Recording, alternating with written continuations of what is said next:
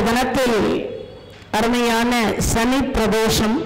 ரொம்ப அற்புதமான ஒரு சிறப்பு பிரதோஷத்திற்கு உண்டு. எல்லா தோஷத்தையும் நிவர்த்தி செய்யக்கூடிய தோஷம் சனி பிரதோஷம். பிரதோஷம் என்பது ரொம்ப விசேஷம். பிரதோஷம் அதாவது நம்ம உடம்புல இருக்கக்கூடிய, மனசுல இருக்கக்கூடிய, நவகிரகத்தில் இருக்கக்கூடிய, அதுக்கப்புறம் சொல்லுவோம் இல்லையா, ஜாதகத்தில் இருக்கக்கூடிய தோஷங்கள் அப்படின்னு எல்லா தோஷத்தையும் போக்கக்கூடியது பிரதோஷம். பிரதோஷம் 5 வகைப்படும். பிரதோஷம் என்பது 5 வகை. அந்த பிரதோஷத்தில் 5 வகை என்பது நித்திய பிரதோஷம் என்போம். தினமும் 4:30 மணியிலிருந்து 6 மணி வரைக்கும் நித்திய பிரதோஷம். வளர்பிறையில் வரக்கூடிய சுக்கில பிரதோஷம் அப்படின்னு சொல்லக்கூடியது. வளர்பிறையில் ஒரு பிரதோஷம் வரும், தேய்பிறையில் ஒரு பிரதோஷம் வரும், கிருஷ்ணபட்ச பிரதோஷம் என்று அதுக்கு பொருள். இன்று மகா பிரதோஷம்னு பேர். சனி பிரதோஷத்திற்கு மகா பிரதோஷம். ஒரு 12 மாசம் சிவாலயத்திற்கு சென்று வழிபாடு செய்தால் என்ன புண்ணியம் கிடைக்குதோ அதில் இது கிடைக்குது. அவ்வளவு சிறப்பு. ஒரு 12 மாசம், ஒரு வருஷ காலம். அதே மாதிரி இந்த மகா பிரதோஷம் என்பதில் இறைவன் சிவபெருமானுடைய பாதார விந்தத்தை பார்க்கணுமா, அபிஷேக ஆராதனைகளை பார்க்கணும். கண்ணார கண்டு இறைவனை வாயார வாழ்த்தனம். ஈசனடி போற்றி, எந்தையடி போற்றி, நேசனடி போற்றி, சிவன் சேவடி போற்றி, நேயத்தே நின்ற நிமலனடி போற்றி, மாய பிறப்பிறக்கும் மன்னன் அடி போற்றி. உங்களுக்கு தெரிஞ்சத பாடலாம். எதுவுமே தெரியலன்னா சிவாய நம என்று சிந்தித்திருப்போர்க்கு அபாயம் ஒரு நாளும் இல்லை.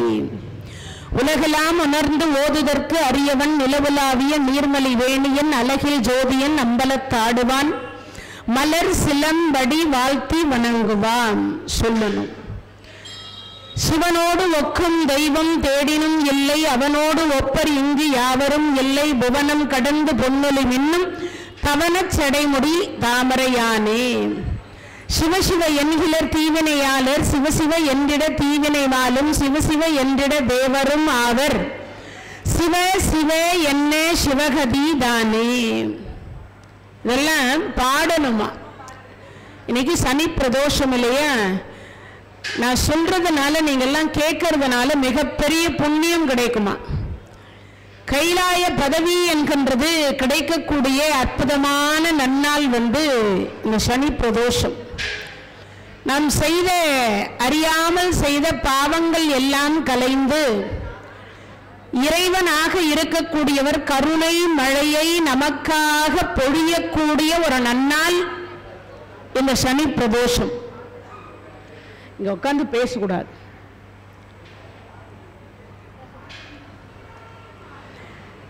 இறைவனுடைய கருணையினாலே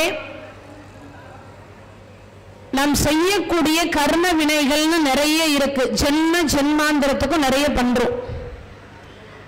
அந்த ஜென்ம ஜென்மாந்திரத்திற்கும் செய்யக்கூடிய பாவங்கள் அப்படின்னு சொல்லக்கூடியது விலகக்கூடிய ஒரு புண்ணிய நன்னாள். அப்பனா எவ்வளவு புண்ணியம் செய்திருந்தால் நம்ம எல்லாம் சனி பிரதோஷத்தை காண முடியும்னு யோசிக்கணும். 4 வகையான பிரதோஷத்தை கண்டுவிட்டோம் எல்லாரும். நித்திய பிரதோஷம், வளர்பிறை பிரதோஷம், தேய்பிறை பிரதோஷம், மகா பிரதோஷம் அப்படின்ற சனி பிரதோஷம். இந்த 4 பிரதோஷத்தையும் நாம இறைவனை தரிசனம் செய்தெல்லாம் வழிபாடு செய்யலாம். 5ஆவதாக ஒரு பிரதோஷம் இருக்கிறது. அது பிரளய பிரதோஷம்னு பேரு. உலகம் எப்படா அழியும்னா பிரதோஷ வேளையில் தான் உலகம் அழியும். பிரதோஷ நாள்ல தான் உலகம் அழியும் என்று சொல்லப்படுகிறது. அப்போ அந்த அழியக்கூடிய காலங்கள்ல இறைவன் சிவபெருமானுடைய லிங்கோத்பவர் என்கின்ற அந்த சிவலிங்க சொரூபத்துக்குள் போய் எல்லா ஜீவன்களும் ஐக்கியமாகும், சேரும் என்பது பொருள். ஐக்கியம்னா சேருதல்னு அர்த்தம். அப்படி சேரக்கூடியது பிரளய பிரதோஷம். இந்த 4 பிரதோஷத்தை நாம் எல்லாம் பார்த்துருவோம். 5வது பிரதோஷத்தை நம்மால பார்க்க முடியாது. பிரதோஷம் அன்றைய தினத்தில் பிரதோஷம்னு சொன்னீங்கன்னாவே தோஷம் போகும். யாருக்கோ தெரியல, இன்னைக்கு பிரதோஷம் அப்படின்னு நீங்க வாயால சொன்னீங்கன்னாவே உங்களுடைய தோஷம் விலகப்படும். அப்பேற்பட்டது பிரதோஷம். பார்க்கடலை கடைந்த பொழுது ஆலகால விஷம் தோன்றி அந்த ஆலகால விஷத்தை எடுத்து சிவபெருமான் உண்டு இரண்டு கொம்புகளுக்கு இடையே நந்தியம்பெருமானுடைய இரண்டு கொம்புகளுக்கு இடையே திரு நடனம் புரியக்கூடிய காலத்திற்கு பிரதோஷ காலம்னு பேரு. அது என்னைக்கு நடந்ததுன்னா சனிக்கிழமை என்ற தினத்துல நடந்தது. அதனாலதான் அதுக்கு சனி பிரதோஷத்திற்கு மட்டும் மகா பிரதோஷம்னு பேரு. வருஷத்திற்கு சில நேரத்துல 4 வரும், சில நேரத்துல 3 வரும். நமக்கு ஆரம்பத்திலேயே கொடுத்திருக்கிறார் இந்த வருஷம் சனி பிரதோஷத்தை. அப்போ அப்படிப்பட்ட அற்புதமான நன்னாளே சொற்றுனை வேதியன் சோதி வானவன் பொற்றுனை திருந்தடி பொருந்த கைத்தொட கற்றுனை பூட்டி கடலில் பாய்ச்சினும் நற்றுணையாவது நமச்சிவாயவே. இல்லக விளக்கது இருள் கெடுப்பது சொல்லக விளக்கது ஜோதி உள்ளது பல்லக விளக்கது பலரும் காண்பது நல்லக விளக்கது நமச்சிவாயவே. அப்போ அந்த இறைவனை ஏதேனும் ஒரு பாட்டு சொல்லி இறைவனை பாடி அந்த பாடணும்னா அந்த இறைவன் நமக்கு திருவருளை தருவார். அதைவிட இன்னொரு சிறப்பு, தொண்டர் தம் உள்ளத்துக்குள் இறைவன் ஒடுக்கமாக இருக்கிறதுனால அடியார்கள் பாடிய திருமுறைகள்ல ஏதேனும் ஒரு திருமுறை நம்ம எல்லாம் சொன்னோம்னா பிரதோஷ வேளையிலே சொன்னோம்னா சிவபுராணம் படிச்சோம்னா நமக்கெல்லாம் என்ன கிடைக்கும்?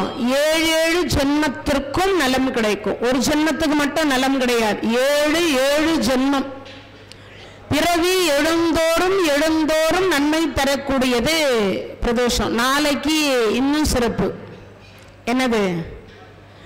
ஆருத்ரா தரிசனம் என்று சொல்லக்கூடியது. எவ்வளவு பாருங்க, எவ்வளவு விசேஷம் பாருங்க. இன்னைக்கு சனி பிரதோஷம், நாளைக்கு ஆருத்ரா தரிசனம், நேற்றைக்கு வைகுண்ட ஏகாதசி. இந்த வருஷமே எல்லாம் அப்படியே அடுத்து அடுத்து அடுத்து வருது. நமக்கெல்லாம் எவ்வளவு நன்மை பாருங்க. அப்ப அந்த நன்மையை நாம் எல்லாம் வணங்கி வணங்கி வணங்கி வணங்கி அருளை பெறணும் எல்லாரும். நேற்றைக்கு பகவானை வைகுண்ட ஏகாதசி என்ற தினத்தில் சொர்க்கவாசல் வழியாக இறைவனை தரிசனம் செய்தோம். நமக்கெல்லாம் சொர்க்கம் கிடைக்கணும், வைகுண்ட பதவி பரமபத வாசல் கிடைக்கணும்னு நம்ம எல்லாம் பிரார்த்தனை பண்ணோம். அதே மாதிரி இன்றைய தினத்தில் சனி பிரதோஷம், இறைவன் சிவபெருமானுடைய திருவருளை பெறக்கூடிய அற்புதமான ஒரு நன்னாள். இன்னைக்கு ஒரு நாள் வணங்கிட்டோம்னா வர இருக்கக்கூடிய 12 மாசம் வணங்கலைன்னாலும் என்ன, இப்பெல்லாம் கலியுகம் கம்ப்யூட்டர் யுகம்னு சொல்லிட்டு இருக்கோம் இல்லையா, நிறைய வேலைகள் இருக்கு, சுவாமியை அதிகமாக பார்க்க முடியல. இன்னைக்கு ஒரு நாள் வணங்கினாவே 12 மாசம் வணங்கின புண்ணியம், ஒரு வருடம் வணங்கிய புண்ணியத்தை பெறலாம். அதனால அப்படிப்பட்ட ஒரு சிறப்பு சனி பிரதோஷம். அப்போ அந்த பகவானுடைய சிவபெருமானுடைய 2 கொம்புகள், அதாவது பார்த்தீங்கன்னா நந்தியம்பெருமானுடைய 2 கொம்புகளுக்கு இடையே நடனம் புரியக்கூடிய அந்த காட்சி அப்படிங்கிறது பார்க்கணும் எல்லாருக்கும் அந்த பாக்கியம். அதுதான் பிரதோஷ வேலை அப்படின்னு சொல்லுவோம். பிரதோஷ வேலையில அமங்கலமான வார்த்தைகள் பேசக்கூடாது. பிரதோஷ வேலையில அமங்கலமான வார்த்தை பேசக்கூடாது. அதனாலதான் சாயங்காலம் பார்த்தீங்கன்னா இந்த 4:30 மணியிலிருந்து விளக்கு வைக்கிற நேரம்னு சொல்லுவாங்க. சூரிய அஸ்தமன காலம்னு வாங்க. பெண்கள் தலை விரிச்சு போடக்கூடாதும்பாங்க. அதே மாதிரி அந்நேரத்துக்கு தலை வாரக்கூடாதும்பாங்க. விளக்கு வைக்கிற நேரத்தில் பார்த்தீங்கன்னா வாசற்படியில் உட்காரக்கூடாதும்பாங்க. நிறைய நமக்கு சொல்லி கொடுத்துருக்குறாங்க. அதையெல்லாம் நம்ம பிள்ளைகளுக்கு நாமும் இந்த பிரதோஷ காலம்னா என்னது, பிரதோஷ காலத்திற்கு இன்னொரு பெயரும் உண்டு, இரண்ய வேலைன்னு பேரு. இரண்யனை நரசிம்மமூர்த்தி வதம் செய்தான். ஏன்னா அவன் பகல்லையும் மரணம் வரக்கூடாது, இரவுலையும் மரணம் வரக்கூடாதுன்னா. அதனாலதான் சூரியன் அஸ்தமிக்கக்கூடிய பிரதோஷ வேளையில் உள்ளேயும் இல்லாம வெளியிலையும் இல்லாம வாசற்படியில வச்சு அந்த இரண்ய கசிபுவை நரசிம்மமூர்த்தியாக இருந்து வதம் செய்தார். அதுக்கு இரண்ய வேலைன்னு ஒரு பெயர் உண்டு. அந்த இரண்டிய வேளையில உண்ணக்கூடாது உறங்கக்கூடாதுன்னு ஒரு நீதி உண்டு. சாப்பிட 4:30 மணியிலிருந்து 6 மணி வரைக்கும் சாப்பிடக்கூடாது, அப்படி ஒரு நீதி உண்டு. ஆனா எல்லாம் 4:30 மணியிலிருந்து 6 மணி வரைக்கும் தான் பஜ்ஜி சொஜ்ஜி எல்லாம் உள்ள போயின்னு இருக்கு. முக்காவாசி அப்பதான் ஆர்டர் போட்டு சாப்பிட்றா, என்னென்னத்தையோ வாயில நுழையாதெல்லாம் சொல்லி சாப்பிட்றோம். ஆனா 6 மணி, அதாவது 4:30 மணியிலிருந்து கிட்டத்தட்ட ஒரு 6-6:30 மணி வரைக்கும் உண்ணக்கூடாது உறங்கக்கூடாது பிரதோஷ வேளையில். அப்படி செய்தால் நம்ம உடம்பு நோய் வராது, ஆரோக்கியமாக இருக்கும். அதே மாதிரி ஆயுள் நீட்டிக்கும் என்று சொல்லப்படுகிறது. நான் சொல்லலை, இதெல்லாம் பிரதோஷத்தினுடைய ஒரு லிஸ்ட்.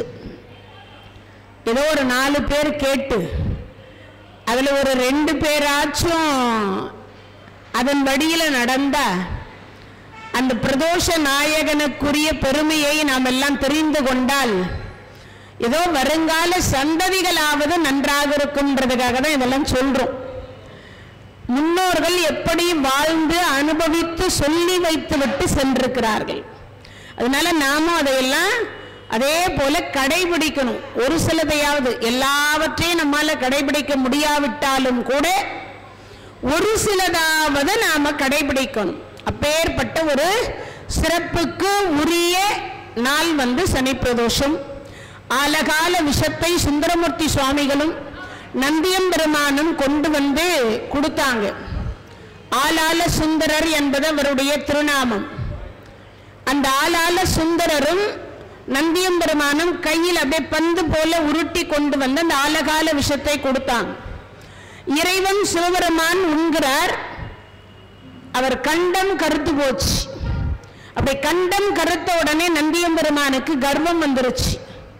சிவபெருமானுடைய கண்டமே கருத்து போயிட்டது. அம்பாள் என்ன பண்ணால, வயிற்றுக்கு போனா அந்த உலகம் அழிஞ்சு போயிடும். 14 உலகமும் அழிந்து போயிடும் சிவபெருமான் வயிற்றுக்கு போச்சுன்னா. அதனால என்ன பண்ணிட்டாருன்னா இந்த கழுத்தை அப்படி பிடிச்சு விட்டா. இன்னைக்கு சொல்லுவாங்க சிவபெருமான் பொண்டாட்டிய கழுத்தை பிடிச்சாம்பாங்க. இப்ப இருக்கிற பொண்டாட்டிங்கெல்லாம் என்ன பிடிக்க சொல்லவா வேணும் அப்படிம்பாங்க. அதெல்லாம் அர்த்தம். திருநீலகண்டம், இந்த கருப்பு மட்டும் அவருக்கு, அதாவது கழுத்து கருப்பா இருக்கும். அதுக்கு என்ன காரணம்னா வயிற்றுக்கு போனா உலகம் அழியும். உலகம்னா பூமி மட்டும் கிடையாது, 14 உலகமும் அழிஞ்சு போயிடும். அப்படி அழியாம இருப்பதற்காக தன்னுடைய கையில் இருக்கக்கூடிய சக்தியை பயன்படுத்தி கழுத்துல நிறுத்தினா. அதனாலதான் சொல்லுவாங்க, என்னைக்கும் பார்த்தீங்கன்னா மெல்லவும் முடியல, விழுங்கவும் முடியல, துப்பவும் முடியல அப்படின்னு ஒரு பழமொழி சொல்லுவோம் இல்லையா, அதுக்கு இதான் காரணம். அப்போ இந்த கண்டம் கருத்த உடனே நந்தியம்பெருமான் நினைச்சாரா, என்ன நினைக்கிறார், சிவபெருமானுக்கே கண்டம் கருத்து போச்சே, கொண்டு வந்த கை நம்ம கை ஒன்னும் ஆகலையே, அப்ப சிவபெருமானை காட்டிலும் நமக்கு சக்தி அதிகம் அப்படின்னு நினைச்சதான். அப்படி நினைத்த காரணத்தினால் அதுக்கு பைத்தியம் முடிச்சு சித்தம் கலங்கியது. அப்படி சித்தம் கலங்கிய உடனே அந்த இப்பயும் பார்த்தீங்கன்னா அந்த கண்ணுக்குட்டி மாடுகள் பார்த்தீங்கன்னா திடீர்னு நல்லா இருக்கும், கட கட கட கட கடன்னு ஓடும். இங்கிருந்து அங்க குதிக்கும், அங்கிருந்து இன்னொரு இடத்துல குதிக்கும். அதை பார்த்துருப்பீங்க நீங்களே. மாடுகள் சில நேரம் நன்றாக இருக்கும், திடீர்னு குதிக்க ஆரம்பிச்சிடும். அது மாதிரி இவரும் குதிக்க ஆரம்பிச்சார். உடனே அம்பாள் போய் பார்த்தாங்க, சுவாமி என்னாச்சு, நந்தியம்பெருமான் ஏன் நம்மை சுமக்கக்கூடியவனுக்கு இப்படி ஒரு நிலை? ஒன்றும் இல்லைம்மா, அந்த மண்ட கர்வம்னு ஒன்று இருக்கு இல்லையா, நான் தான் என்கின்ற அகந்தை எப்பயுமே வரக்கூடாது. அதுவும் இறைவனிடத்துல வரலாம, அதுவும் நம்மை சுமக்கக்கூடியவனுக்கு வரலாம. அவன் பெரியவன் என்று நினைத்தான், அதனால சித்தம் கலங்கி போச்சு. சுவாமி அவனும் நம் பிள்ளை தானே. இந்த பூமியில் இருக்கக்கூடிய எல்லா குழந்தைகளும் சிவபெருமானுடைய குழந்தைங்க. இவர் தான் அவர் தான் நல்லா இல்லை, எல்லா குழந்தையுமே சிவபெருமானுடைய குழந்தைகள். அப்ப அந்த எல்லா குழந்தைகளும் சிவபெருமானுடைய குழந்தைகளாக இருக்கக்கூடிய காரணத்தினால் அம்பாள் சொல்றார், என்ன தாய்க்கு தான் கருணை அதிகம். ஒரு குழந்தை நல்லா சாப்பிடும், ஒரு குழந்தைக்கு ஜுரம்னா அந்த ஜுரத்துக்கு என்ன சாப்பாடு கொடுக்கணுமோ அதை கொடுப்பா. நல்லா சாப்பிட்ற குழந்தைக்கு நல்ல உணவு கொடுப்பா. எப்ப எப்ப எப்படி ஒவ்வொரு குழந்தைய மாத்தணுமோ அப்படி மாத்துவா. எல்லா குழந்தைக்கும் இன் அருளை புரியக்கூடியவள் அம்பாள். அதனால அம்பாள் பார்த்தாங்க, சுவாமி அவ குழந்தை ஏதோ தெரியாம நினைச்சு விட்டான், அதுக்காக குழந்தைய தண்டிக்கலாமா? அப்பதான் பிள்ளையார் ஓடி வந்து சொன்னாரம்மா, என்னுடைய துயரத்தை அனலாசுரனை கையில ஏந்தி வாயில போட்டு கொண்ட உடனே என் வயிற்றுக்குள் இருந்த அனலை கக்கினான் அவன். அப்பொழுது சித்தர்கள், ஞானிகள், யோகிகள், முனிவர்கள் அனைவரும் சேர்ந்து அருகம்பிள்ளை கொண்டு வந்து என் மீது சாத்தினார்கள். காப்பரிசி வெல்லம் தந்தார்கள். அதே காப்பரிசி வெல்லத்தை அவருக்கு கொடுங்கள், அந்த அருகம்பிள்ளை அவர் மேல போர்த்தி விடுங்கள், சித்தம் தெளியும். நாங்க பாதி தெளிஞ்சது, பாதி தெளியல. அதற்கு பிறகுதான் சிவபெருமான் தன் திருவடியை 2 கொம்புகளுக்கு இடையே நடனம் புரிந்தார். யாருடைய சித்தத்தை தெளிவித்தார்? நந்தியம்பெருமானுடைய கர்வத்தை தீர்த்து சித்தத்தை தெளிவித்தார்.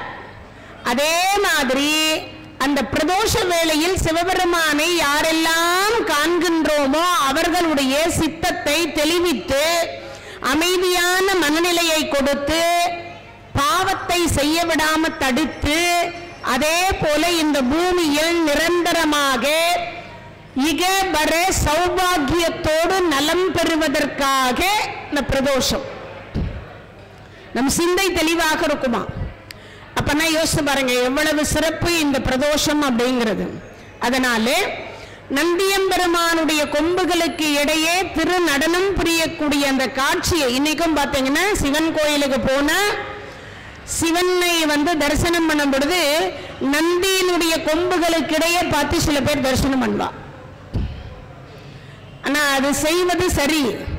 ஆனா அந்த காதை அடைச்சிட்டு சில பேர் நந்தி காதுல உட்கார்ந்துட்டு மந்திரம் ஓதுவா. நந்தி நந்தி எனக்கு ஒரு நல்ல குழந்தையா பிறக்கணும், எனக்கு கல்யாணம் ஆகணும், எனக்கு வீடு கிடைக்கணும், எனக்கு வாசல் கிடைக்கணும். இங்க இருக்கக்கூடிய சிலைகள், இந்த கோயில் நிலை எந்த கோயிலுக்கு போனாலும் சிலைகளை தொடக்கூடிய உரிமை நமக்கு கிடையாது.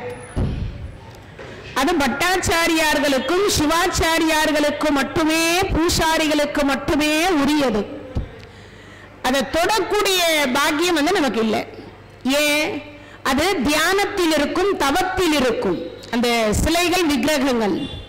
நம்ம போய் தொட்ட உடனே, இப்போ நம்ம நடந்து போயிட்டே இருக்கிறோம், நமக்கு தெரிஞ்சவங்க தான், அப்பா அம்மா அண்ணன் தம்பி உற்றார் உறவினர் யாரோ ஒருவர், நம்ம நடந்து போயிட்டு இருக்கும் போது நம்மளை தொட்டா திரும்பி சட்டுன்னு பார்த்து, ஏங்க கூப்பிட்டு தொடக்கூடாதா?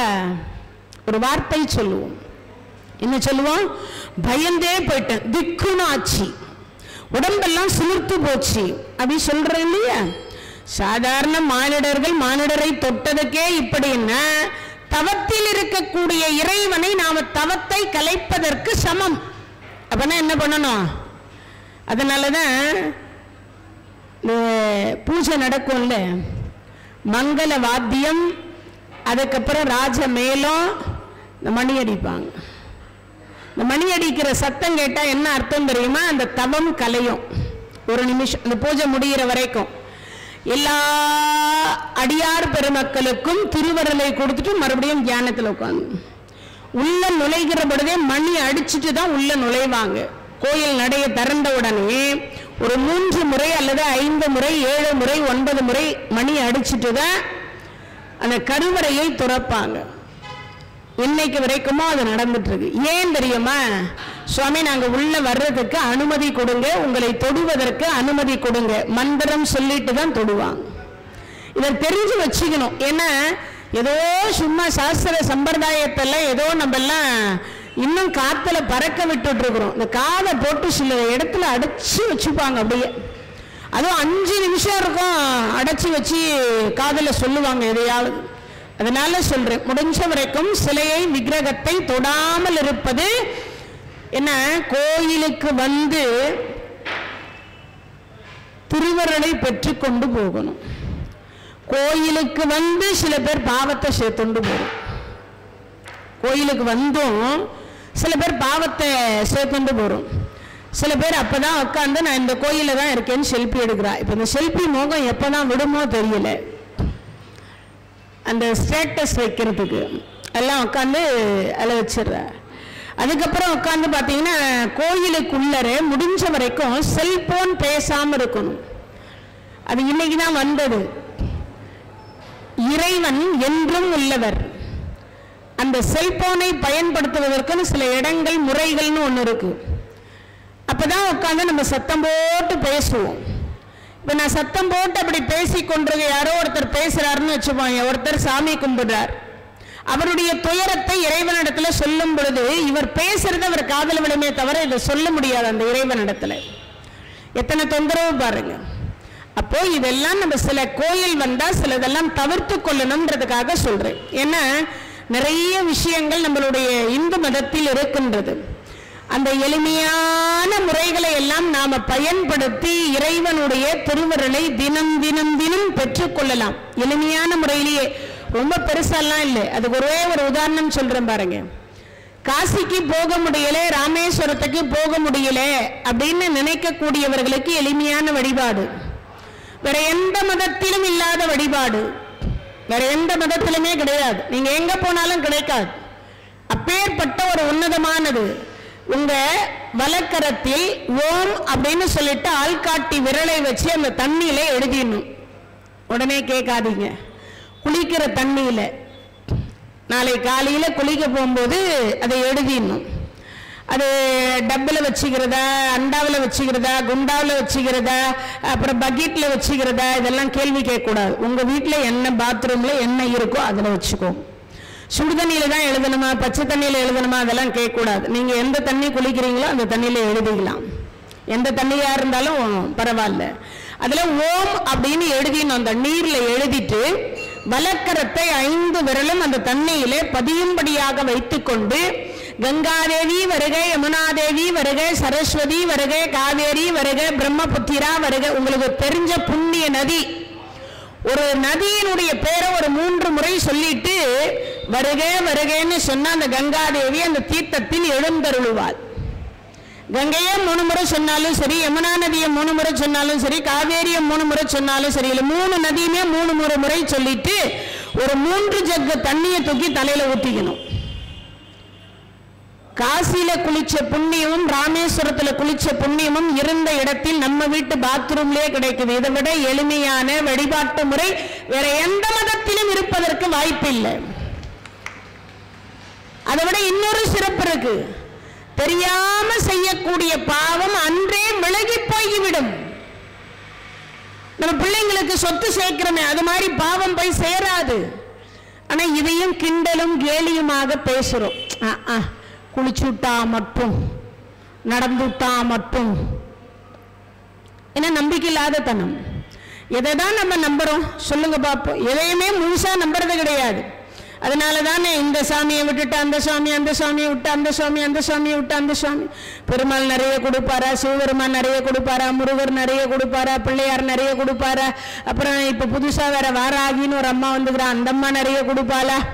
இப்படி எல்லாம் கற்பனைக்கு மேல எல்லா கடவுளும் கொடுப்பதற்கு. ஆனா உன் அன்பு என்பது நிஜமாக இருக்கணும், பக்தி என்பது நிஜமாக இருக்கணும். எந்நேரமும் ஏதேனும் ஒரு கடவுளை நினைத்து கொண்டிருக்கணும். அவ்வளவுதான், வேற ஒன்றும் இல்லை. சதா சர்வகாலம் எந்த கடவுளை உங்களுக்கு பிடிக்குமோ அந்த கடவுளை நினைத்துக் கொள்ளலாம். அப்பேற்பட்ட ஒரு சிறப்பு நம் இந்து மதத்துக்கு உண்டு. அதனால இன்றைய தினத்தில் சனி பிரதோஷம், நாளைய தினத்தில் ஆருத்ரா தரிசனம் என்று சொல்லக்கூடியது. அதனுடைய சிறப்பு இந்த பாட்டிலேயே வருது. நான் அந்த பாட்டிலேயே உங்களுக்கு கொடுக்கிறேன். என்ன பாட்டோடு சேர்த்து திருப்பள்ளி எழுச்சி, திரு பாவை இரண்டும் நம்ம தொடர்ந்து சிந்தித்துக் கொண்டு வருகின்றோம். இன்றைய தினத்தில் 7வது பாடல் திருப்பள்ளி எழுச்சி என்று சொல்லக்கூடியது. அது பழச்சுவையென அமுதென அறிதற்கு அரிதென எளிதென அமரும் அறியார், அமரரும் அறியார். இது அவன் திரு உரு, இவன் அவன் எனவே எங்களை ஆண்டு கொண்டு இங்கு எழுந்தருளும் மது வளர் பொழில் திரு உத்தரகோச மங்கை உள்ளாய், திருப்பெருந்துறை உரை மன்ன எது எமை பணிகொள்ளும் ஆறு அது கேட்போம் எம்பெருமான் பள்ளி எழுந்தருள் ஆயே. அற்புதமான பாட்டு. இறைவன் பழமைக்கு பழமையானவர், தோற்றமும் இல்லாதவர், முடிவில்லாதவர். எப்ப அவதாரம் செய்தார்னு இன்னைய வரைக்கும் லிஸ்ட் இல்லை. எல்லா கடவுளுக்கும் உண்டு. முருகரா வைகாசி விசாகம், ஆவணி மாதம் சதுர்த்தி, கிருஷ்ண ஜெயந்தி, ராம நவமி உண்டு எல்லாருக்குமே. ஆனா சிவபெருமானுக்கு மட்டும் ஆதியும் அந்தமும் இல்ல அருட்பெரும் ஜோதி. அப்பனா என்ன அர்த்தம்? தோற்றம் இல்லாதவர், முடிவு இல்லாதவர். சிவபெருமான் என்னைக்கு தோன்றினார் தெரியாது, முடிவு என்னைக்கு தெரியாது. கிருஷ்ண அவதாரம் முடிவு தெரியும், ராம அவதாரம் முடிவு தெரியும். ஆனா எந்த தெரியாது? இது சிவபெருமானுடைய அவதாரம் என்று சொல்லக்கூடியது, முடிவு என்று சொல்லக்கூடியது இல்லாத ஒன்று இது. அதை சொல்லுகிற பொழுது சொல்ற அது பழ சுவையன. இறைவனை வணங்கினா, சிவபெருமானை வணங்கினா இந்த பழங்கள் எவ்வளவு சுவையாக இருக்குமோ அந்த மாதிரி சுவையாய் இருக்கும்னு ஒரு அர்த்தம். இன்னொன்னு பழச்சுவையன அப்படின்னா என்ன அர்த்தம்? பழமையான இறைவன் என்பது பொருள். அப்படின்னா என்ன அர்த்தம்? யாரும் தோன்றுவதற்கு முன்னதாக கல் தோன்றி மண் தோன்றா காலம் முதல் கொண்டு இருக்கக்கூடிய பெருமான். எல்லா இடத்திலும் நீங்க பாருங்க, பூமியை தோண்டிய பொழுது சிவலிங்கம் தான் அதிகமாக கிடைக்கிறது.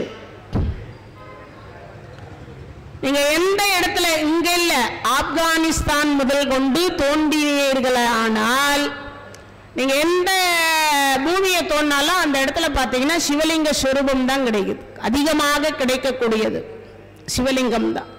அப்போ பண்டைய காலத்திலிருந்தே இறைவனை வழிபாடு செய்திருக்கிறார்கள் அப்படின்னு சொல்லப்படுகிறது. அப்படிப்பட்ட அமுது என அரிதற்கு அரிதென. அமுதுன்னா என்னது? பாலுக்கு பாலகன் வேண்டிட பார்க்கடல் ஈன்ற பிரான் அமுது.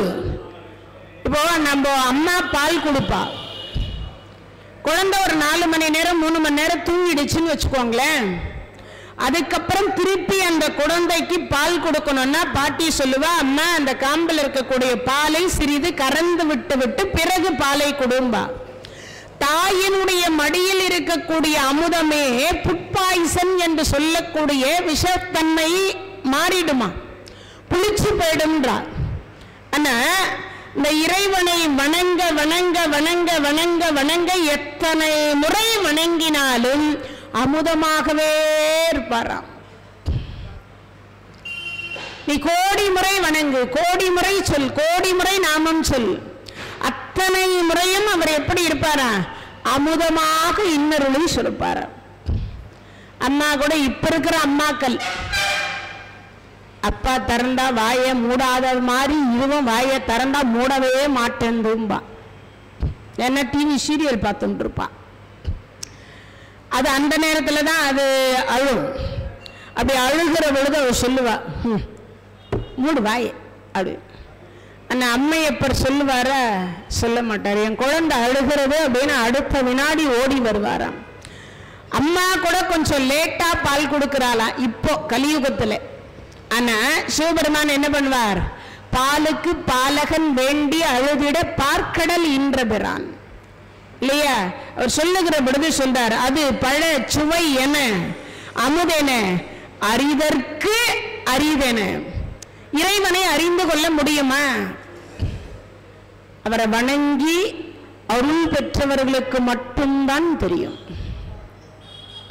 வணங்காதவர்களுக்கு தெரியாது. ஆப்பிளுடைய சுவை உண்டு பார்த்தா தானே தெரியும்.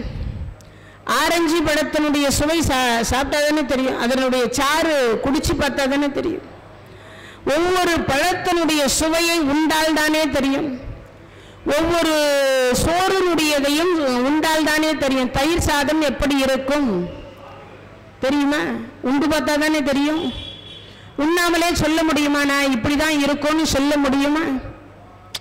இல்லையா? அதனால இங்க சொல்லுகிற பொழுது சொல்றார், அறிதற்கு அரிது என. அப்போ அறிவு உள்ளவர்கள் வணங்கியவர்களுக்கு அரிதாக இருக்கக்கூடிய பெருமான் காட்சி சீக்கிரமா கொடுத்துடுறார் வணங்குறவங்களுக்கு. வணங்காதவர்களுக்கு அது மட்டும் இல்லை, நான் என்கின்ற அகந்தை. 3 மலம் இருக்கா நம்ம கிட்ட. ஆணவ மலம், கண்ம மலம், மாயாமலம். இந்த 3 மலத்தை அறுக்கணும். அது என்ன ஆணவ மலம்? நிறைய பேருக்கு படிச்சுட்டா கொஞ்சம் திமிர் வந்துடுது, கொஞ்சம் செல்வம் இருந்தா அதை விட திமிர் வருது. அதெல்லாம் ஆண்டவன் கிட்ட போய் காட்டக்கூடாது. என்ன பண்ணா, அவன் கொடுத்தான் அனுபவிக்கிறோம், அவன் எடுத்துட்டான்னு முடிஞ்சு போச்சு. அப்போ அப்பம்மா கிட்ட கூட காட்டக்கூடாது. மாதா பிதா குரு தெய்வம் இந்த 4 பேர்கிட்ட பட்டத்தை, பதவியை, செல்வத்தை இதெல்லாம் காட்டக்கூடாது. இங்க சொல்லுகிற பொழுது சொல்றார், அறிதற்கு அரிதென. இறைவன் எது அறிந்து கொள்ளுவதற்கு அரிதானவன். ஆனா அவன் அனுபவிக்கிறதுக்கு மட்டுமே உரியவன், அனுபவிச்சவங்களுக்கு மட்டுமே அவன் சுவையானவன். யோசிச்சு பாருங்க, யார் அனுபவிக்கிறார்? அடியார்கள் அனுபவிக்கிறார்கள். பிரம்மா அனுபவிக்க முடியல, நாராயணர் அனுபவிக்க முடியல, இந்திரன் அனுபவிக்க முடியல. ஆனா 63 நாயன்மார்கள் அனுபவித்தார்கள். யார? சிவபெருமானுடைய சுவையை, சிவபெருமானை அறிந்து கொண்டார்கள். அப்போ அறிதற்கு அரிதானவர் சிவபெருமான். அதுக்கு அடுத்து சொல்றாய், எளிதென பொன்னும் மெய்ப்பொருளும் தருவானை, போகமும் திருவும் புணர்ப்பானை, பின்னை என் பிழையை பொறுப்பானை, பிழையலாம் தவிர பணிப்பானை, இன்ன தன்மை என்று எரிவொன்னா எம்மானை, எளிய வந்த பிரானை. சுந்தரமூர்த்தி சுவாமிகள் பாடுறார். எளிய வந்த பிரானை அன்னம் வைகும் வயற் பழந்தனில் ஆரூரானை மறக்கலுமாமே அப்படின்பா. அப்ப எளிமையாக வரக்கூடிய பெருமான் யாரு? சிவபெருமான். அப்போ அன்பு என்கின்ற ஒன்றுக்கு கட்டுப்படுவார். அன்பெனும் பிடிக்குள் அகப்படும் மலையே. காட்ட வேண்டியது நம்ம அன்புதானே தவிர, நம்ம நிறைய பால் அபிஷேகம் பண்றோம், தேன் அபிஷேகம் பண்றோம், பஞ்சாமிர்த அபிஷேகம் பண்றோம், இளநீர் அபிஷேகம் பண்றோம், அப்புறம் இன்னொன்னு என்னென்னமோ பண்ற 32 வகையான அபிஷேகங்கள் உண்டு. நிறைய பேர் என்ன சொல்றாங்க, இன்னைக்கு எங்களுக்கு தான் அபிஷேகம் அப்படின்னு சொல்லிக்கிறோம். ஆனா கொடுத்தார் பண்ணோம், கொடுக்கலன்னா பண்ண முடியாது இல்லையா? அப்ப அந்த ஆணவம் என்கின்ற மலத்தை நம்ம அறுக்கணும்னு அர்த்தம். அப்படி அறுத்தா இறைவன் கிட்ட வருவாரா? இறைவன் கிட்ட வருவார். நிறைய பேருக்கு ஒரு சந்தேகம், துன்பம் நமக்கு மட்டும் கொடுக்குறானே, கோயிலுக்கே வராதவங்க எல்லாம் துன்பத்தையே அனுபவிக்க மாட்டேன்றான் அப்படின்னு ஒரு சந்தேகம் இருக்குல்ல. இதுக்கு ஒரு அருமையான உதாரணம் சொல்றேன். இந்த பாட்டுக்கும் அதுக்கும் சம்பந்தம். இந்த கருவறையில் இருக்கக்கூடிய சிலைகள் வடிக்கிறாங்க. அது உளியினுடைய வலி தாங்கியதனால அங்கெல்லாம் சிலையாக இருக்கிறது. இந்த தங்கம் அணிகலம் எவ்வளவு போட்டிருக்கும், அதை செம்பு சேர்த்து, அதை உருக்கி, அதை அடிச்சு, அதை வளைச்சி, தங்கம் தங்கமாவே இருந்தா அதுக்கு மரியாதை இருக்கா? அது அணிகலனா மாறுகிற பொழுதுதான் நம்ம கழுத்துல, காதுல, மூக்குல, கையில போட்டுக்கிறோம். அப்ப அந்த தங்கம் அணிகலனாக மாறுவதற்கு எவ்வளவு துன்பத்தை அந்த தங்கம் தாங்கி இருக்குன்னு யோசிக்கணும். ஒரு கருவறையில் இருக்க கர்ப்பகிரகத்துக்குள் இருக்கக்கூடிய சிலை வடிப்பதற்கு உளியினுடைய வலி அந்த கர்ப்பகிரகத்தில் இருக்கக்கூடிய சிலை தாங்கி இருக்கு. ஒரு சிலையே இவ்வளவு வலி தாங்குமானால் இறைவனிடத்தில் நமக்கு கொடுக்கக்கூடிய துன்பத்தை நாம் எவ்வளவு தாங்கணும்னு யோசிக்கணும். இன்னொன்று, துன்பம் யாருக்கு தருவார்? அவருக்கு பிடிச்சவங்களுக்கு தான் கொடுப்பார். நம்ம பிள்ளைகளை ரோட்ல போற பிள்ளை திருடுறான்னு வச்சுப்போம், நமக்கு என்ன, யார் பிள்ளையோ என்னமோ பண்ணிட்டு போவோம். நம்ம பிள்ளையா இருந்தா பட்டுன்னு 2 அடியை கொடுத்து, இந்த வேலை செய்யலாமா, தப்பில்லை, கனவுலையும் களவு செய்யலாமா, கனவுல கூட களவு வரக்கூடாது, ஏதோ திருடணுன்ற எண்ணம் வரக்கூடாதான் சொல்லி ஒரு 2 அடி அடிப்பாங்க. அப்போ இறைவன் சிவபெருமானா இருக்கட்டும், திருமாலாக இருக்கட்டும், நமக்கு துன்பம் தராருன்னா அவர் கிட்ட இருக்காருன்னு அர்த்தம். அவருடைய பிள்ளைகளாக நாம் எல்லாம் கிட்ட இருக்கோம்னு அர்த்தம். இறைவன் ரொம்ப தொலைவில் இல்லை, அவருக்கு நெருங்கியவர்களிடத்தில் தான் அவர் கண்டிஷன் பண்ணுவார். நம்ம பிள்ளைங்களால நம்ம கண்டிஷன் பண்ண முடியும்? பக்கத்து வீட்டுக்கார பிள்ளைய கூப்பிட்டு கண்டிஷன் பண்ண முடியுமா? அப்ப துன்பம் எதனால கொடுக்கிறார்? அவர் கிட்ட இருக்கிறார். நிறைய பேர் என்ன நினைக்கிறோம், கோயிலுக்கே வரல, சாமியே கும்பல, அவங்க எல்லாம் நல்லா ஜாலியா தானே இருக்காங்க, ஆனா துன்பம் நாம தானே அனுபவிக்கணும். நம்மை பக்குவப்படுத்துகிறாருன்னு அர்த்தம். சாதத்தை வெறும் அரிசி எடுத்து சாப்பிட முடியுமா? கொதிக்கிற தண்ணியில கிட்டத்தட்ட ஒரு 20 நிமிஷம் அந்த அரிசி வெந்தால்தான் சாதமாக மாறும். சாதமாக ஆனதற்கு பிறகுதான் அதை நாம உண்ண முடியும். உண்டால் மட்டும்தான் இந்த வயிறு ஏற்றுக்கொள்ளும். வெறும் அரிசியை தின்னா நமக்கு என்ன வரும்? காமால வரும், நோய் வரும். அது சாதமாவதற்கு ஒரு சுடு தண்ணியில ஒரு அரிசி இத்துணூண்டு இருக்கக்கூடியது கொதிக்கக்கூடிய தண்ணியில வெந்து நமக்கு உணவாக மாறுகிற பொழுது அது எவ்வளவு துன்பத்தை தாங்கிக் கொள்ளுகிறது. இதெல்லாம் மிகப்பெரிய, நான் சொல்லல, நம் முன்னோர்கள் கொஞ்சம் கொஞ்சமா நமக்கு கொடுத்துட்டு போயிருக்கா. நம் முன்னோர்கள் கொடுத்துட்டு போயிருக்காங்க. அப்போ வழியை தாங்கிக் கொண்டோனுமே ஆனால் இறைவன் திருவடியை சீக்கிரம் அடைவோம்னு அர்த்தம். இறைவன் பக்கத்தில் இருக்கிறோம்னு அர்த்தம். துன்பம் நமக்கு அதிகமாக கொடுக்கிறார் அப்படின்னா என்ன அர்த்தம்? இறைவன் பக்கத்திலேயே இருக்காருன்னு அர்த்தம். வேற ஒண்ணும் இல்லை. ஒன்னே ஒண்ணு அவரிடத்துல கேட்கணும், அந்த துன்பத்தில் இருந்து விடுவிக்கக்கூடிய வழி என்ன, அதை தரணும்.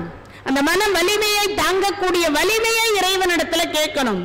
சுவாமி, ஏதோ முன் பிறப்பதற்கு முன் செய்த தீவினை இங்க வந்துட்டது, இனிமேல் அந்த மாதிரி ஒரு தவறுகளை செய்ய மாட்டோம், அதனால உன்னை வணங்குறோம், இனிமேல் இப்படிப்பட்ட துன்பத்தை தங்கள் தர வேண்டாம் என்று இறைவன் பாதத்துல நம்ம எல்லாம் வேண்டி பிரார்த்தனை பண்ணும்.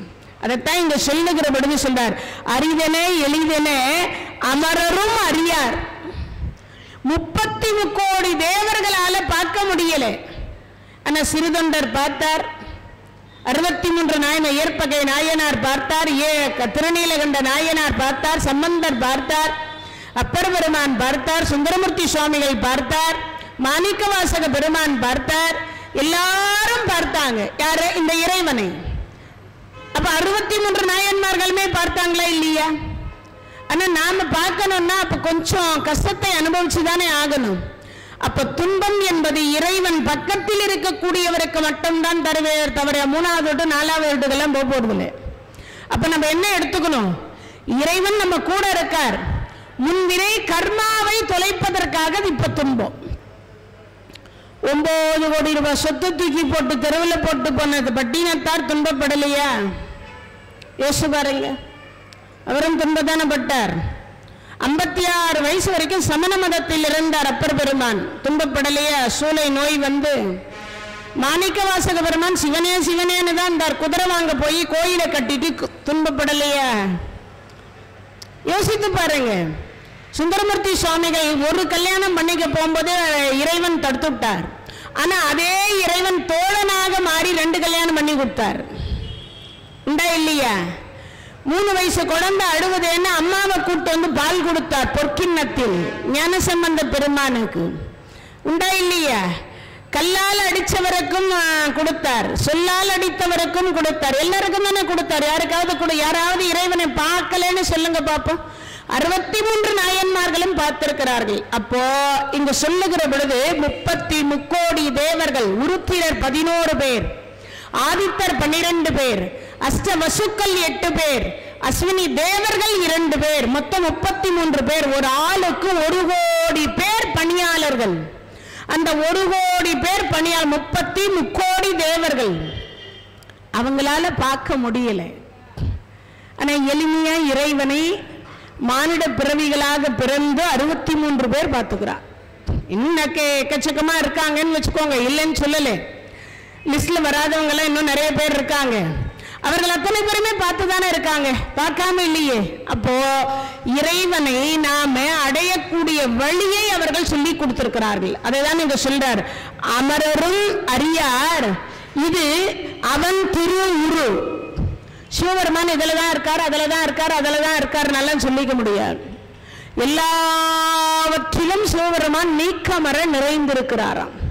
எல்லா உயிரையும் தன் போல பார்க்கணுமா, எல்லா உயிரையுமே தன் உயிர் போல பார்க்கணுமா. ஏன்னா எல்லா உயிரிடத்திலும் இறைவன் சிவபெருமான் இருக்கிறார். மரத்தில் இருக்காரா? இருக்கார். சேர்ல இருக்காரா? இருக்கார். தூண்ல இருக்காரா? உங்களுக்கே தெரியும், ஒரு தூணை தட்டி தான் நரசிம்மர் வந்தார். எல்லாவற்றிலும் இருக்கிறார். அப்ப இறைவன் எல்லாவற்றிலும் காற்றில் இருக்கார், நீர்ல இருக்கார், நெருப்பில் இருக்கார், பூமியில் இருக்கார், ஆகாசத்தில் இருக்கார். எங்க இல்லை இறைவன்? அவை பிராட்டி கால் நீட்டி உட்கார்ந்து இருந்தா, இறைவன் முன்னாடி கால் நீட்டிட்டு உட்கார்ந்து இருந்தா. அங்க போன ஒருத்தர் சொன்னாரு, ஏ கிழவி, கால் நீட்டி உட்காந்துக்கிற சுவாமிக்கு முன்னாடி, அதுவும் சுவாமி அதுவும் கிரகத்திற்கு எது கர்ப்ப கிரகத்துக்கு முன்னாடி கால் நீட்டின்னு உட்காந்துருக்க, கடவுள் இருக்கிறது கண்ணுக்கு தெரியலையா? எந்த பக்கம் கடவுள் இல்லைன்னு சொல்றான், நான் அந்த பக்கம் காலை நீட்டிக்கிறேன். நான் அந்த அம்மா கிழக்குல இல்லையா, மேற்குல இல்லையா, வடக்குல இல்லையா, தெற்குல இல்லையா, எந்த பக்கம் இல்லை என்று சொல்ல நான் அந்த பக்கம் காலை நீட்டிக்கிறேன். இல்ல எங்க இல்லைன்னு சொல்ல நான் அந்த பக்கம் காலை நீட்டுறேன்னா உங்களுக்கு புரிஞ்சிருக்கும்னு நினைக்கிறேன். அது மாதிரி இங்க இது அவன் திரு உரு சொல்ல முடியாது. எது அவருடைய திருவுருவம் சொல்லிக்கவே முடியாது. அதுக்கு அடுத்து சொன்னார், இவன் அவன் எனவே எங்களை ஆண்டு கொண்டு. அப்பனா என்ன அர்த்தம்? எல்லாவற்றிலும் இறைவன் சிவபெருமான் நீக்கமர நிறைந்திருக்கின்றார். எல்லா பொருளிலும் இறைவன் இருக்கிறார். எல்லா ஜீவன்களிடத்திலும் இறைவன் இருக்கின்றார். எல்லாரும் செய்யக்கூடிய தொழிலில் இறைவன் இருக்கின்றார். எல்லாருடைய இதயத்துக்குள்ளும் இறைவன் இருக்கின்றார். புழுவிலிருந்து, பூச்சியிலிருந்து, எறும்பிலிருந்து, நாயிலிருந்து, நரியிலிருந்து, ஏன் பேய் உருவத்தில் கூட இறைவன் இருக்கிறாரா? காரைக்கால் அம்மையார் கேட்டது பேய் உருவம் தான். எலும்பு கூடான உருவத்துல தான் அந்த அம்மா கைலாயத்துக்கே போனான் இல்லையா? சதை பிண்டம் எரிந்து சாம்பலாய் போனது உண்டா இல்லையா? அப்போ இறைவன் எல்லா இடத்துலயும் இருக்கார. அதுதான் இங்க சொல்லுகிற, எங்களை ஆண்டு கொண்டு இங்கு எழுந்தருளும் மது வளர் பொழில் திரு உத்தர கோஷ மங்கை. இவர் பாடுறது திருப்பெரும் துறையிலிருந்து. யாரு? மாணிக்க வாசக பெருமான். ஆனா இந்த 7வது பாடல்ல மட்டும் உத்தரகோஷ மங்கையை கூப்பிடுறார். நாளைக்கு உத்தரகோஷ மங்கைக்கு ரொம்ப சிறப்பு. அங்கிருக்கக்கூடிய அற்புதமான இளந்த மரத்துக்கு அடியிலே அற்புதமான நடராஜ பெருமான். அதுவும் எல்லா இடத்திலும் ஐம்பொன் என்று சொல்லக்கூடியதனால நடராஜ பெருமான். ஆனா அந்த ஒரு தலத்துல மட்டும் மரகத பச்சை என்று சொல்லக்கூடிய, அதாவது நம்ம எதை சொல்லுவோம், தங்கம் வைரம் வைடூரியம்னு என்ன சொல்றோம், நவரத்தினம் அப்படின்னு சொல்றோம் இல்லையா? அந்த நவரத்தினத்தில் மரகத பச்சை என்கின்ற ஒரு ரத்தினம், அது உடையுமா?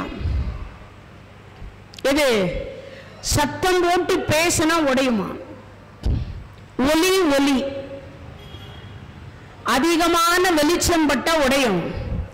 அதிகமான சத்தம் எது, நீங்க சும்மா மேலம் தட்டினாவே அது உடையுமா? ஆனா 3000 ஆண்டு காலம் என்று சொல்லப்படுகிறது. ஆனா அதுக்கு முன்னதாகவே இருந்ததாக வரலாறு இருக்கு. ஆராய்ச்சியில 3000 வருஷம்ன்றாங்க.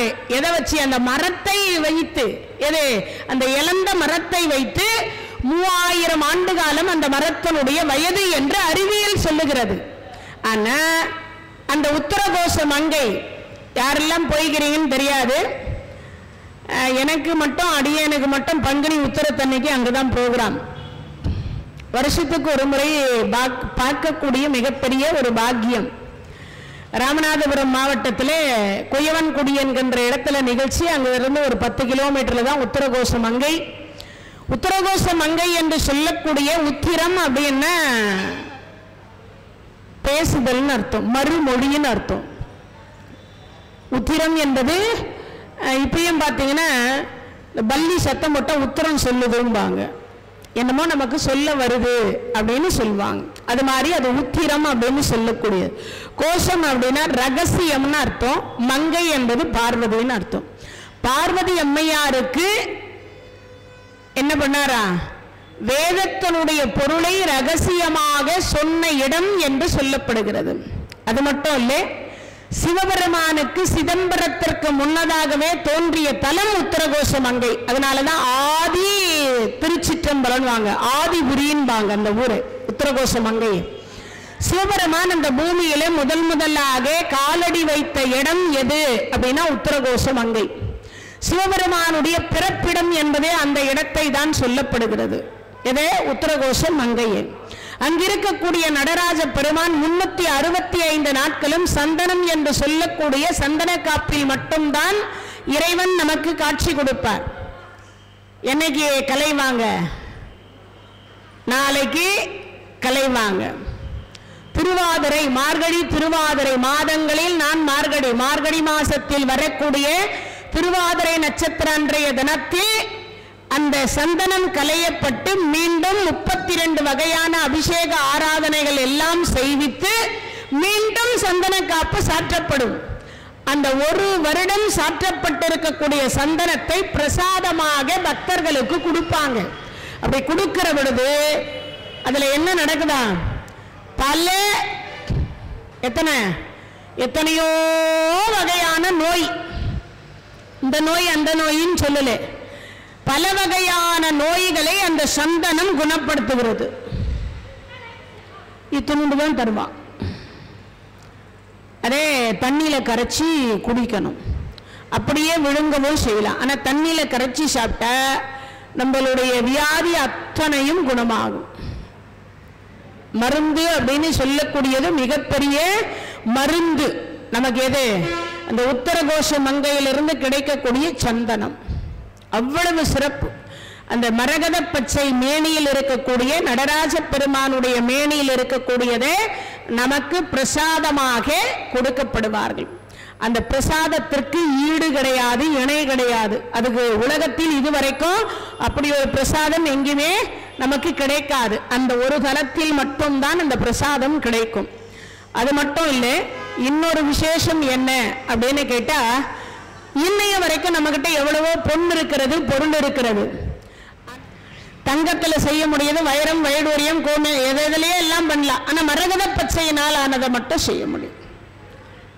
இணைய வரைக்கும் செய்ய முடியல, எவ்வளவு முயற்சி பண்ணாலும் உடைஞ்சு கொடுத்து. மரகத பச்சையை அவ்வளவு சீக்கிரமா அவ்வளவு எளிதாக எல்லாம் வளைக்க முடியாது. அவனா எங்கிருந்து வந்திருக்கும், எப்படி தோன்றி இருக்கும் யோசிச்சு பாருங்க.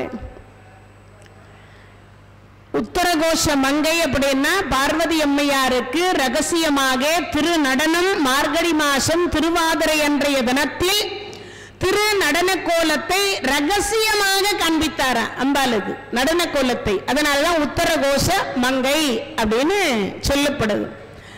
அதே தலத்தில் தான் ராவணனுக்கும் மண்டோதரிக்கும் திருமணம் நடந்த இடம் அந்த தலம் தான். மண்டோதரி தவம் இருந்த தலம் அந்த தலம். அப்ப யோசித்து பாருங்க, ராமாயண காலம், அதுக்கப்புறம் பாரத காலம், அதுக்கு அடுத்து இப்ப இருக்கிறது கலியுகம்.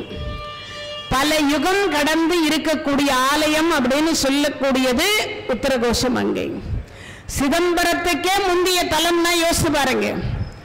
1000 பேர்ல சிவமுனியவர்கள், சிவ அடியார்கள் என்று சொல்லக்கூடியவர்களுக்கு உபதேசனை செய்து அவர்கள் மோட்சம் அடைந்து 1008 சகஸ்ர லிங்கமாக மாறிய ஒரு தலம் என்று சொல்லக்கூடியது அந்த தலம்.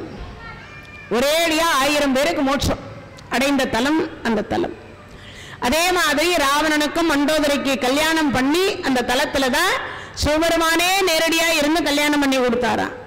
எனக்கு சிவபக்தனே, யாரு மண்டோதரி கேட்டால, எனக்கு சிவபக்தனே கணவனா வரணும்னு அந்த ராவணனை கொடுத்தார் இறைவன் சிவபெருமான். சிவபெருமான் முன்னிலையில தான் ராவணனுக்கும் மண்டோதரிக்கும் கல்யாணமானதாக அந்த தல வரலாறு சொல்லுகிறது. 3000 ஆண்டு காலம் ஆகிறது அந்த இழந்த மரத்துக்கு. 3000 வருஷம் ஆகுது. இன்னைய வரைக்கும் பட்டு போகவில்லை. இழந்த மரம் அவ்வளவு சீக்கிரம் அத்தனை 1000 வருஷம்லாம் இருக்குமான்னா இருக்காது. ஆனா இன்னைக்கும் அந்த இடத்துல இருக்கின்றது. அப்ப அது எவ்வளவு சிறப்பு என்பதை நாம யோசிக்கணும். முதல்ல அந்த மரகத பச்சையினால் ஆன நடராஜ பெருமானுக்கு பிறகுதான் சிதம்பரத்தில் நடராஜ பெருமான் வந்ததாகவும் வரலாறுகள் சொல்லப்படுகிறது. அப்போ சிதம்பரத்துக்கு முந்தைய தலம் அது. உத்தரகோஷ மங்கை என்று சொல்லக்கூடியதுல வாழ்க்கையில ஒரு முறையாவது நாம் எல்லாம் என்ன பண்ணணும், அந்த நடராஜ பெருமானை போய் கண்ணார கண்டு. இன்னைக்கும் பார்த்தீங்கன்னா இந்த கோயில்கள் கட்டுவாங்க இல்லையா, உத்தரகோஷ மங்கை சாட்சி வைத்து தான் கோயில் கட்டப்படும். அங்க இருக்கக்கூடிய சிற்ப வேலைப்பாடுகள் எல்லாம் அவ்வளவு அற்புதமான முறையில் அவ்வளவு நேர்த்தியாக இருக்கும். உயிரோட இருந்தால் எப்படி இருக்குமோ அப்படிதான் இருக்கும். அவ்வளவு சிறப்பான முறையில் இருக்கும் அந்த உத்தரகோச மங்கையினுடைய அந்த கோயில். போய் தரிசனம் பண்ணவங்களுக்கு அது தெரிஞ்சிருக்கும். அதே மாதிரி தாளம்பூ என்று சொல்லக்கூடியது சிவாலயத்தில் எந்த கோயிலையுமே தாளம்பூ இது கிடையாது, சாற்றுவது கிடையாது. ஒரே ஒரு முறை மட்டும் சிவராத்திரி அன்றைய தினத்தில் 3வது கால பூஜை 1 மணியிலிருந்து 12 மணியிலிருந்து 3 மணி வரைக்கும் இருக்கு இல்லையா, 3வது கால பூஜை. அந்த ஒரு பூஜையின் மட்டும்தான் எதை பயன்படுத்துவாங்க, தாளம்பூவை பயன்படுத்துவாங்க. ஆனா உத்தரகோச மங்கை என்று சொல்லக்கூடியதுல மட்டும் 365 நாளும் தாளம்பூ பயன்படுத்துவாங்க.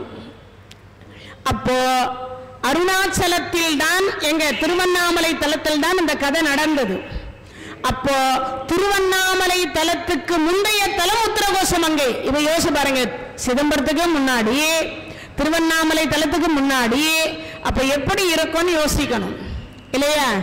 மாணிக்கவாசக பெருமானுக்கு சிவ உபதேசனை என்று சொல்லக்கூடிய சொல்ல தலம் சிவபெருமான் மாணிக்கவாசக பெருமானுக்கு அந்த தலத்தில் தான் என்ன கூறினார், உபதேசனை கொடுத்தார். அந்த உபதேசனை என்று சொல்லக்கூடியதை பெற்ற பிறகுதான் நமக்கெல்லாம் திருவாசகம் கிடைத்தது. அப்பேற்பட்ட மாணிக்கவாசக பெருமானை ஆட்கொண்ட ஒரு இடம் என்று சொல்லக்கூடியது உத்தரகோச மங்கை. அப்பெல்லாம் நம்மெல்லாம் வாழ்க்கையில எங்கெங்கயோ சிம்லா, ஊட்டி, கொடைக்கானல் அப்படின்னு சொல்லிட்டு போறோம். அப்புறம் அமெரிக்கா போகணும், கனடா போகணும், லண்டன் போகணும், மலேசியா போகணும், சிங்கப்பூர் போகணுன்றோம்.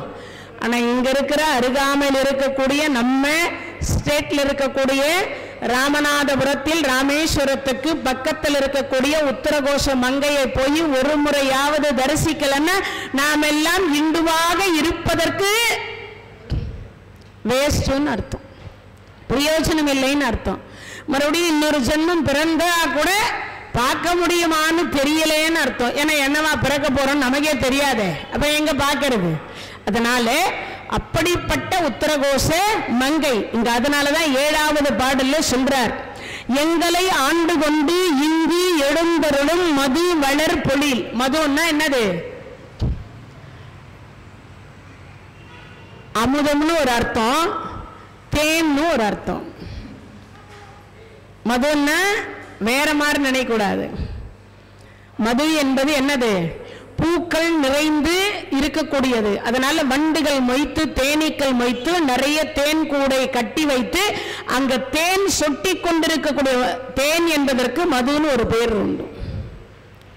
தேன் என்பதற்கு மது என்று ஒரு பெயர் உண்டு. அதனால இங்க சொல்லுகிற பொழுது சொல்றார், மது வளர் பொழில் திரு உத்தரகோச மங்கை. ஏன்னா மாணிக்கவாசக பெருமானுடைய பிரகாரம் இந்த பூமியில் முதல்ல தோன்றிய தலம் எதுடான்னு கேட்டா உத்தரகோச மங்கை. இந்த பூமியில முதலா தோன்றிய தலம் உத்தரகோச மங்கை. அதனாலதான் மாணிக்கவாசக பெருமான் சிதம்பரத்தை சொல்லல, திருவண்ணாமலையை சொல்லல, காஞ்சிபுரத்தை சொல்லல, காலஸ்திரியை சொல்லல, இதையெல்லாம் சொல்லல, இல்ல திரு ஆனைக்காவலையும் சொல்லல. ஆனா அவர் சொல்லும் பொழுது என்ன சொல்ற, திரு உத்தரகோச மங்கை உள்ளாயினார். அப்ப முதல் தலம் திரு உத்தரகோச மங்கை, அதை எடுத்து சொல்லும் விதமாக சொல்றார்.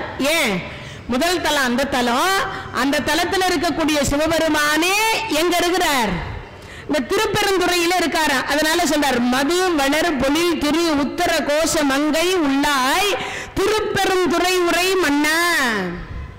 அதுக்கப்புறம் உண்டானதுதான் திருப்பெருந்துறை. அதனால சொல்றார், திருப்பெருந்துறை உரை மன்னா எது எமை பணி கொலும் ஆறு. பணி என்னது, செய்யற வேலை. என்ன வேலை செய்யணும், சிவன் கோயில சுத்தம் பண்ணணும், சிவபெருமானுக்கு மாலை கட்டி கொடுக்கணும், சிவபெருமானை வணங்கணும், சிவநாமத்தை சொல்லணும், சிவனுடைய சின்னமாக இருக்கக்கூடிய விபூதியை நெற்றியில அணியணும், சிவ அடியார்களே கணவனா வரணும், சிவ அடியார்களே மனைவியாக வைக்கணும்.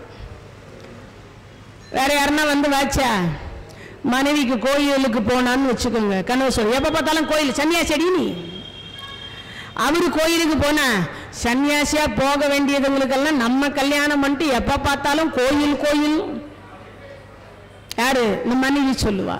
ஆனா 2 பேருமே சிவடியாரா இருந்துட்ட பிரச்சனையே இல்லை. அடியே மணி 6 ஆச்சு, சீக்கிரமா ரெடி ஆயிட்டேங்க, போலாமா? போலாம். அதுக்கப்புறம் என்ன பண்ணுவாங்க? இருக்கக்கூடிய சிவபெருமானை போய் எங்க பக்கத்துல எந்த ஆலயம் இருக்கோ அந்த ஆலயத்தை போய் வணங்கிட்டு சிவபெருமானுடைய இன்னருளை பெற்றுக்கொண்டு வீடு வந்து சந்தோஷமான வாழ்க்கையை வாழ்வார்களாம். அதனால இங்க சொல்லுகிற பொழுது எது எமை பணி கொள்ளும் 6 அது கேட்போம். அப்படின்னா என்ன கேட்கணும்? இறைவனிடத்துல நம்ம பணி செய்வது என்ன, என்ன வேலை செய்யணும் நாம நிர்ணயம் பண்ணி இறைவனிடத்துல கேட்கணும்னா, எங்கு சம்பந்தப்பட்டாலும் சிவபெருமான் சம்பந்தப்பட்டதாகவே இருக்கணும். எந்த தொழில் செய்தாலும் இறைவன் சம்பந்தப்பட்டதாக இருக்கணும். அதனால இங்க சொல்லுகிறார், அது கேட்போம் எம்பெருமான் பள்ளி எழுந்தருள் ஆயே. அப்போ முடிஞ்ச வரைக்குமோ நாம் எல்லாம் எப்பெல்லாம் நமக்கு நேரம் கிடைக்கின்றதோ அப்பெல்லாம் பக்கத்தில் ஏதாவது ஒரு சிவாலயத்திற்கு சென்று அந்த சிவபெருமானை கண்ணார கண்டு உத்தரகோஷ அப்படி அதை விட இன்னொரு சிறப்பு இங்கு சொல்லப்படுகிறது. என்னது? சிவனை எப்பெல்லாம் வணங்குற பொழுது உத்தரகோஷ மங்கையும் சேர்த்து நினைச்சுக்கிட்ட ரெட்டிப்பு பலனா. சிவனை வணங்குற பொழுது உத்தரகோஷ மங்கையும் சேர்த்து நினைக்கணும். ஏன்னா ஆதி கடவுள் அந்த கடவுளை இப்ப புதுசா இருக்கிற கடவுளை 2 கடவுளையும் சேர்த்து வணங்கிக்கணும். அப்ப வணங்கினா உத்தரகோஷ மங்கை கிட்ட இருக்கக்கூடிய மங்களநாதரும் மங்களநாயகியும் திருவருளை இங்கேயே தந்துருவாளாம். அப்ப எவ்வளவு சிறப்பு என்பதை பார்க்கணும். அப்பேற்பட்ட சிறப்பை இந்த 7வது பாடல்ல நிறைவு செய்கிறார் மாணிக்க வாசக பெருமான். திரு பாவை என்று சொல்லக்கூடியது கறவைகள் பின் சென்று கானம் சேர்ந்து உண்டோம் அறிவு ஒன்று இல்லாத ஆயர் குலத்து தன்னை.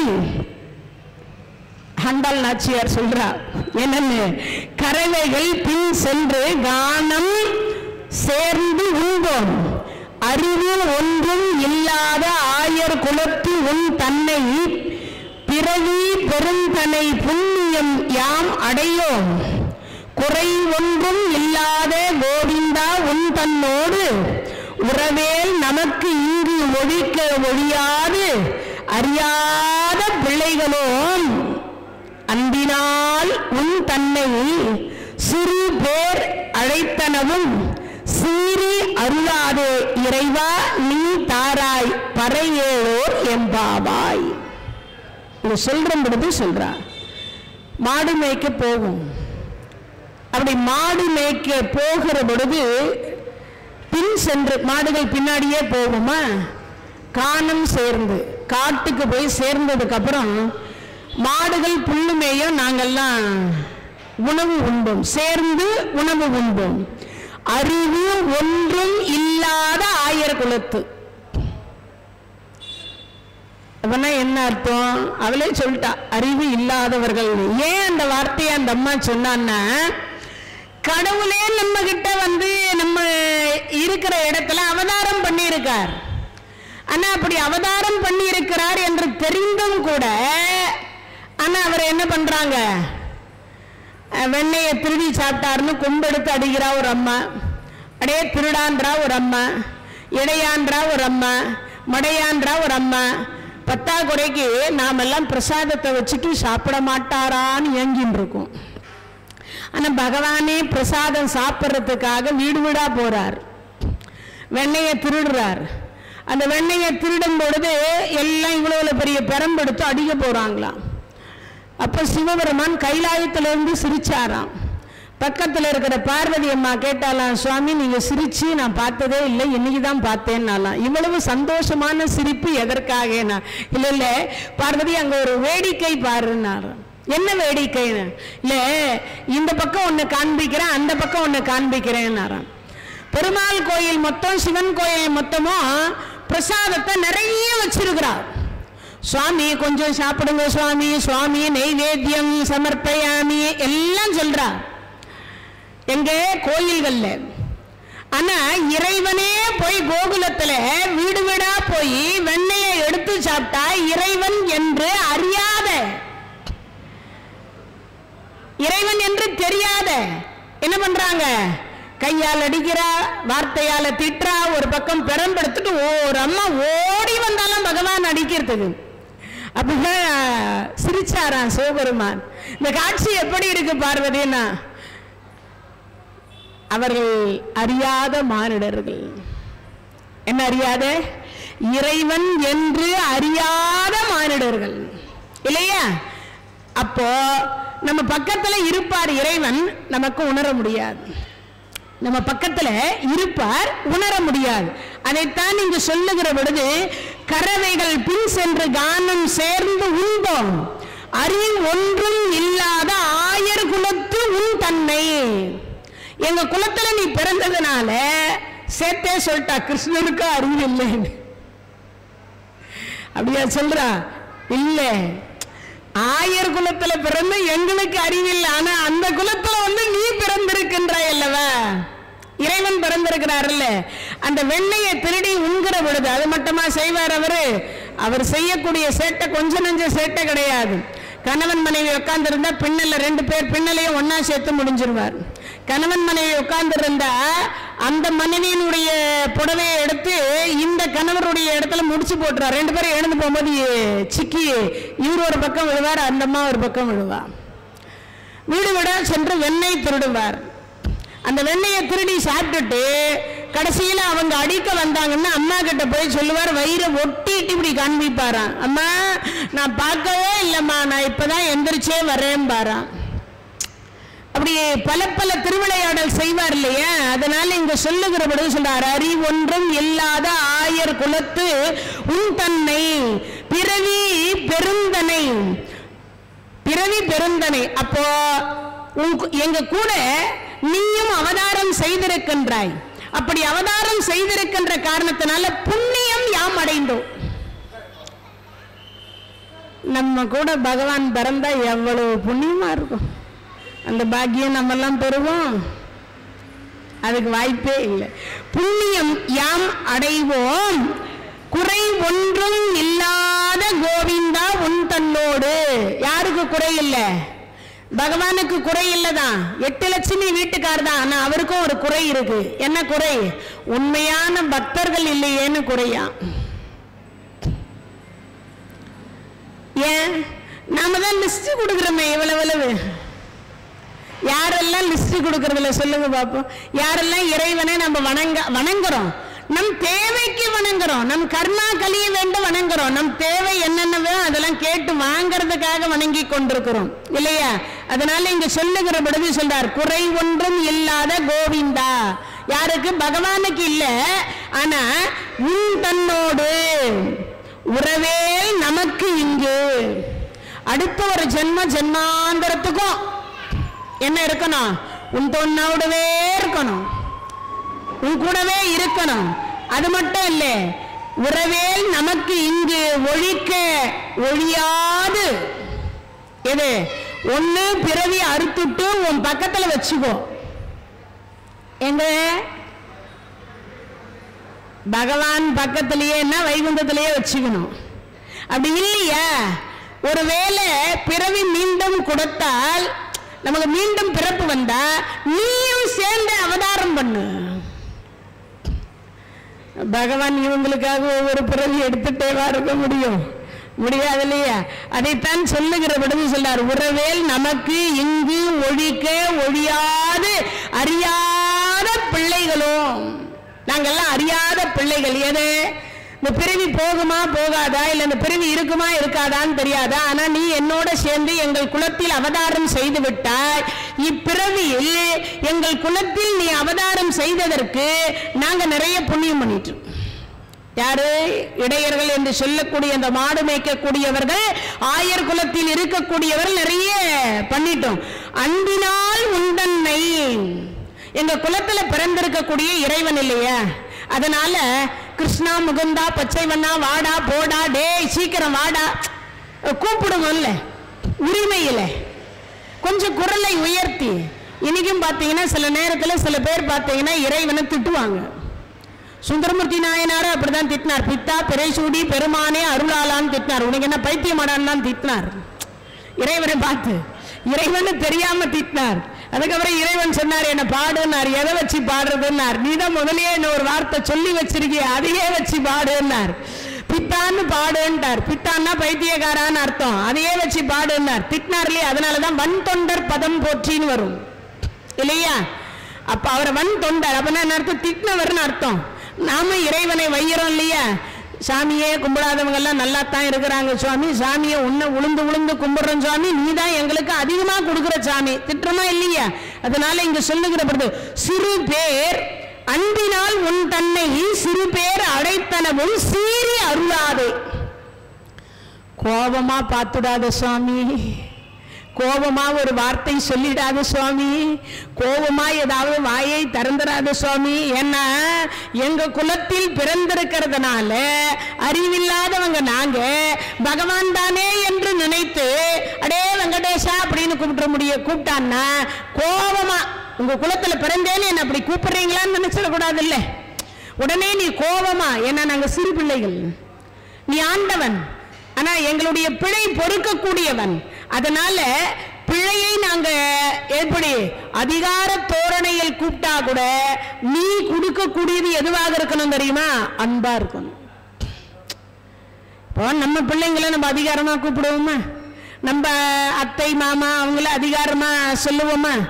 நம்மளுடைய சொந்த பந்தங்களை சில நேரங்களில் அதிகாரம் பண்ணுவோமா? அது மாதிரி எங்கள் குலத்தில் நீங்கள் பிறந்ததுனால உங்களை கொஞ்சம் அதிகாரமாக நாங்க பேசுவோம், உங்களை அதிகாரமாக நாங்க கேட்போம். அப்போ சொல்ற சிறு பேர் அழைத்தனவும் சீறி அருளாதேன்னா அப்படின்னா என்ன அர்த்தம்? சீர்கள் கோபமா எதையும் எங்க மேல எதுவும் கோபப்பட்டுடாதே, கோபித்துக் கொள்ளாதே கிருஷ்ணா. என்ன சொல்ற? கோபித்துக் கொள்ளாதே இறைவா.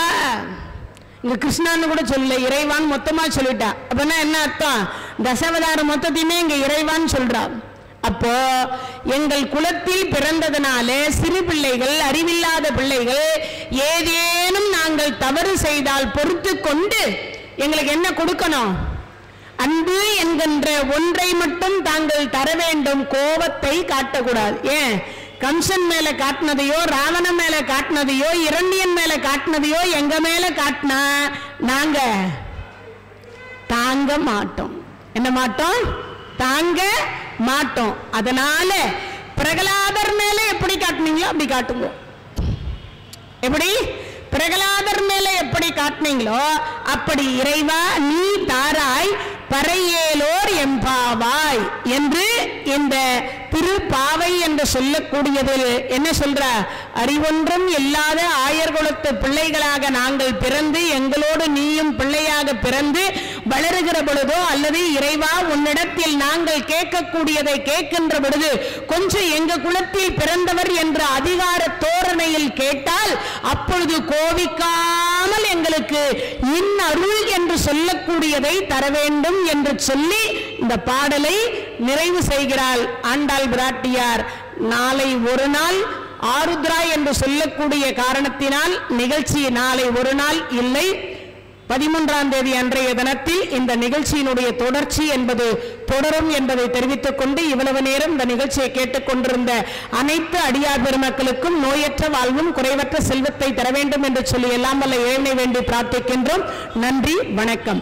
தென்னாடுடைய சிவனே போற்றி, எந்நாட்டவர்க்கும் இறைவா போற்றி, வெற்றிவேல் முருகனுக்கு அரோகரா. நன்றி, வணக்கம். இந்த தகவல் உங்களுக்கு பிடிச்சிருந்தா லைக் பண்ணுங்க, உங்க ஃப்ரெண்ட்ஸுக்கு ஷேர் பண்ணுங்க, மறக்காம எங்க சேனலுக்கு சப்ஸ்கிரைப் பண்ணுங்க.